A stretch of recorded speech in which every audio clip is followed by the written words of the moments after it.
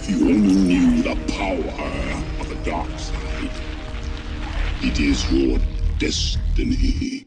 Hello everyone, this is Take the Gate. It is October 14th, 2014, and I'm looking at an article that was found on Local 10, WBNS TV in Columbus, and this article is titled, Ohio Works to Reestablish Amphibian in Watersheds.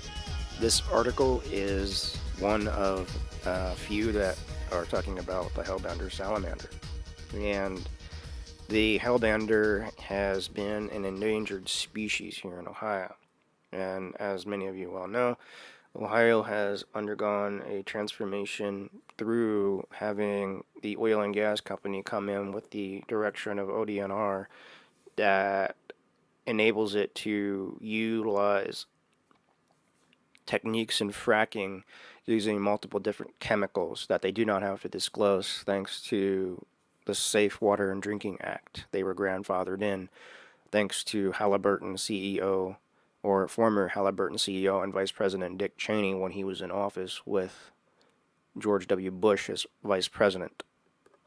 So that's who we have to thank for this. Now, the hellbender is supposed to be the canary in the coal mine, which would show whether or not the water in Ohio, the fresh water, is being affected by hydraulic fracturing. Due to the key number of carcinogens that are being utilized in hydraulic fracturing, which they do not have to disclose thanks to law, and ODNR does not hold them responsible for any of the pollution that happens to rivers, streams, and wastewater. So they could be dumping gallons and gallons and gallons into the different tributaries here in Ohio, and we would never be the wiser. So that is just one article to keep an eye on, but this is also related to this other group here. And this group, thanks to the gift that keeps on giving, which are chemicals. Chemicals here are come under scrutiny in Cleveland. This group has been pushing for disclosure after a fire happened to destroy records in this company that happens to have close ties to Halliburton. And wouldn't you know, this company is a fracking company. The disclosure is on the horizon, and hopefully we'll find it. This is called The Group Pushes for More Chemicals Disclosure at Fracking Sites by Danielle Keeton-Olsen of the Columbus Dispatch. And here, disclosure of complete chemical information before oil and gas companies break ground on a fracking site could better prepare emergency response teams for worst fires, a Cleveland-based environmental and organization said yesterday. This is a study of a Monroe County well pad fire in June. The Ohio nonprofit Citizen Action Education Fund, which opposes fracking, came up with a recommendation for state government to clarify chemical disclosure laws for oil and gas companies working in Ohio. Oil and gas companies report that chemicals used on fracking sites, the Ohio Environmental Protection Agency, but they can be exempt from reporting hazardous chemicals to the State Emergency Response Commission, a local emergency responder said Melissa English, executive director of the Education Fund, without information. Such quantity and potential effects about the chemicals used, fire departments are not prepared to respond to fires and other incidents, English said.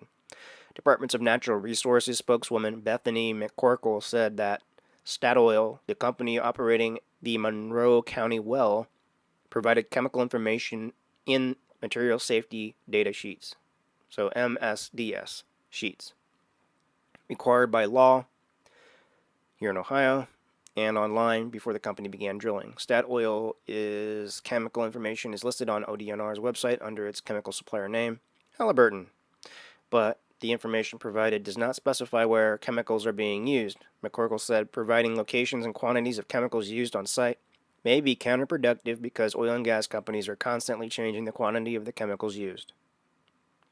Ohio's chemical disclosure requirements are comprehensive, but we are continuously reviewing our rules, laws to improve regulations, and in order to protect both Ohioans and the environment, McCorkle said in an email. The information about chemicals was in a lockbox in the Monroe County well site, which the fire team was unable to unlock sheets for 30 minutes, McCorkle said. Crews fighting the fire flooded the area to extinguish, sending contaminants into the creek that feeds the Ohio River. About 25 families were evacuated from the area. So what are the animals supposed to do in this situation? They have nowhere to evacuate to because that's where they live. In the Ohio EPA reports issued after the fire, Statoil listed 2 chemicals lost to flames under the trademark names LCA-1 and BC-140. LCA-1 is combustible and could cause eye or skin irritation, and BC-140 could not be touched or inhaled.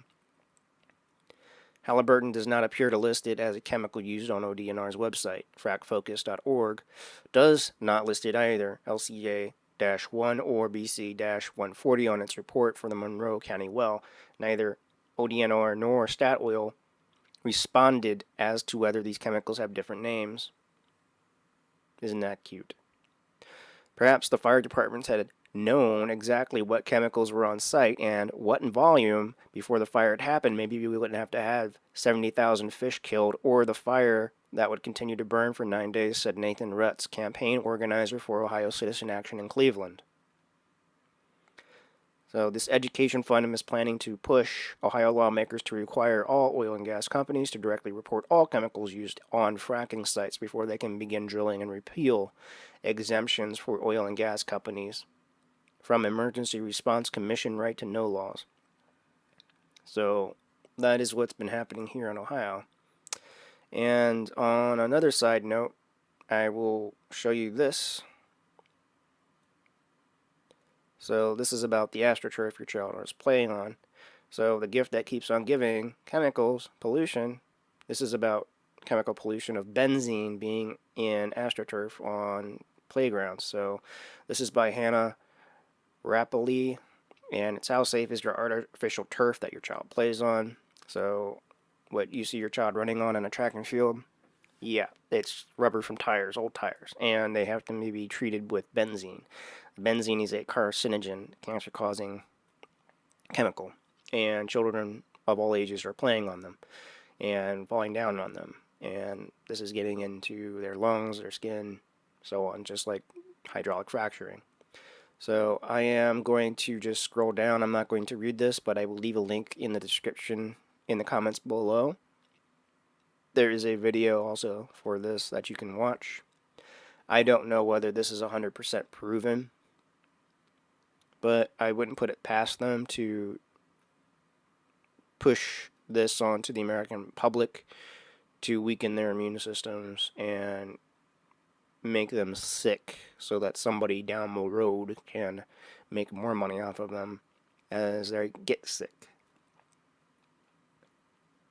So they pass the buck, so to speak, of blame. And this is nationwide. It's not isolated to just one state.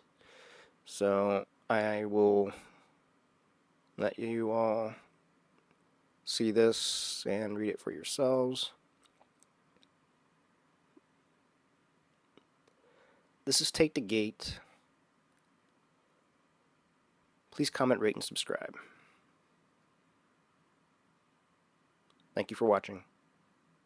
Signing out.